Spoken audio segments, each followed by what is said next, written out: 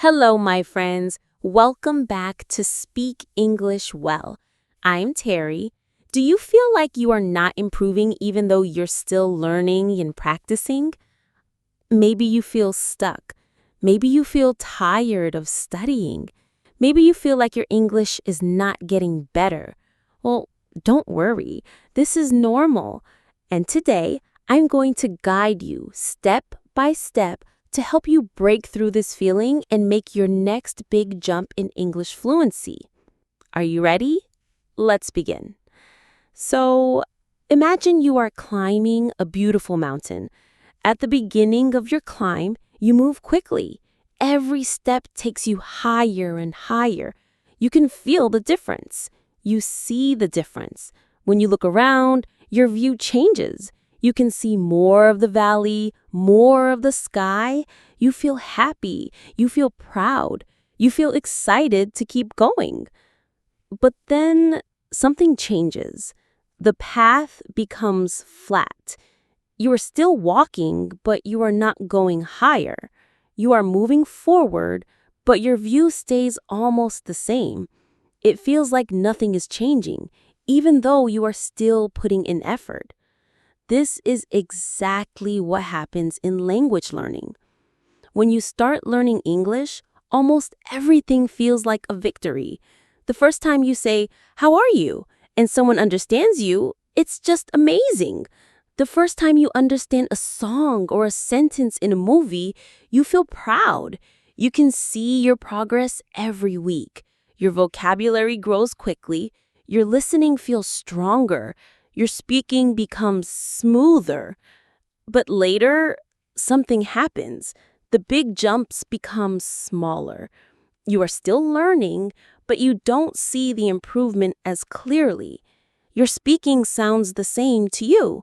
Your listening feels the same. You might start to think, am I stuck? Am I not improving anymore? This feeling can make you lose motivation. It can make you feel bored or frustrated. But here's the truth. You are not stuck. You are simply in a stage where your brain is processing, organizing, and strengthening what you have already learned. Okay? Think of it like a runner who is training for a long race. Sometimes they run fast, sometimes they slow down to build strength. Both are important. So, feeling stuck is not the end of your journey. It is a normal and necessary part of learning. It is like the flat road before the next big hill. Okay? And once you keep going, you will reach that hill. You will start climbing again. Okay? Now that we know what this stuck feeling is, let's talk about why it happens. There are many reasons, and understanding them will help you move forward. When you first start learning English, almost everything is new. Every sound, every word, every sentence, everything is fresh. Your brain works very hard, and you notice big changes quickly. It's like putting a small plant in the sun and giving it water. It grows fast at first, okay? But after a while, your brain becomes comfortable with what it already knows. You can understand your usual lessons. You can talk about your daily life. You can watch videos you already enjoy. This comfort is nice, but it can also slow your visible progress, okay? Visible progress. That means the kind of progress that you can see and feel. But here's another reason. Sometimes you keep practicing only what is easy. We all like to feel confident, so sometimes we keep doing only the activities we are good at. Maybe you always read short texts, or always watch the same kind of videos, or always talk about the same topics. The problem is, if you don't push yourself into something a little more difficult, your English stays at the same level. You will be stuck, okay? It's like going to the gym and always lifting the same weight. Your muscles stop growing. But here's reason number 3. Less challenge in speaking and writing. It's easy to watch TV shows or listen to podcasts or read books in English. That's really easy. That's called input. okay? English coming into your brain. But to improve fluency, you also need output. That is English coming out of your mouth or your pen, okay? Output, producing English. If you don't practice speaking and writing enough, your active English skills will improve more slowly. You might understand a lot, but find it hard to use the words when you need them. So you need to practice speaking. You need to talk to yourself. You need to do shadowing and all the other strategies that I have taught you in previous episodes. Here is reason number 4. Sometimes you are improving, but the changes are small, okay? Your pronunciation is getting a little better. Your grammar is a little more correct. You understand more words without thinking. But because the changes are not big and dramatic, you don't feel them, okay? It's like when a child grows. If you see them every day, you don't notice the change. But if you meet them after 6 months, you suddenly see how much taller they are. So remember, my friends, feeling stuck happens for many reasons. Comfort, habit, less challenge, or invisible progress. That means the kind of progress you cannot see. The important point is this: feeling stuck is not a dead end.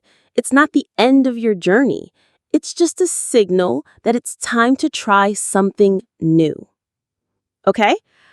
But the big question is, how do I move forward?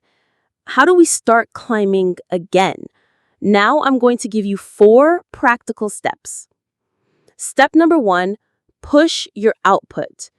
Output means the English you produce, the English you speak or write. To improve quickly, you need to talk and write about new things.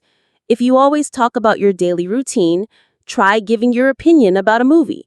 Try explaining a news story. Try teaching someone a new word you learned. At first, it feels uncomfortable. You don't know the words, you make mistakes, but that's good.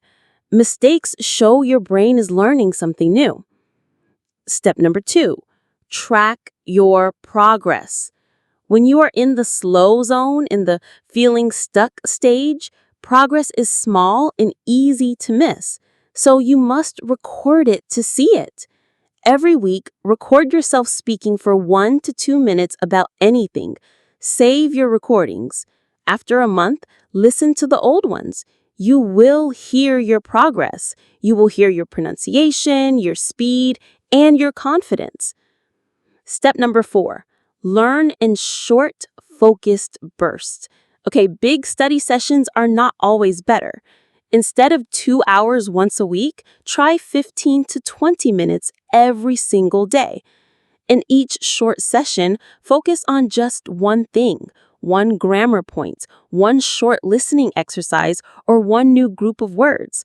Short, focused learning helps your brain remember more. It keeps you from feeling tired and bored. Here's step number 5. Add a stretch activity. So what is a stretch activity? A stretch activity is something just a little harder than your current level. Not too easy, not too hard, just enough to make you think. For example, have a 5 to 10 minute conversation in English without using your first language. Read a short story without a dictionary. Write a paragraph on a topic you never wrote about before. These stretch moments pull you forward, okay? They are the steps out of your slow zone, out of your comfort zone, out of your feeling stuck stage. Now, here is the important point. Fluency is not built in one day or 1 month. Trust the process. It is built in small steps, sometimes so small you cannot see them.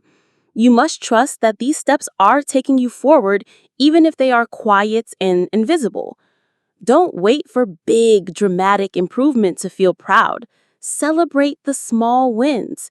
You understood one more word in a song. You wrote a text with fewer mistakes. These small wins are proof that you are moving forward. Fluency is a destination, but learning is a journey. If you enjoy the process, you will feel less stress and more motivation. When you enjoy it, you keep going. And when you keep going, the results always come. I promise. So, my friends, remember this. The slow zone is not the end. It's just a quiet road before the next hill. Keep walking, keep learning, keep smiling, and keep believing in yourself. Thank you for joining me today on English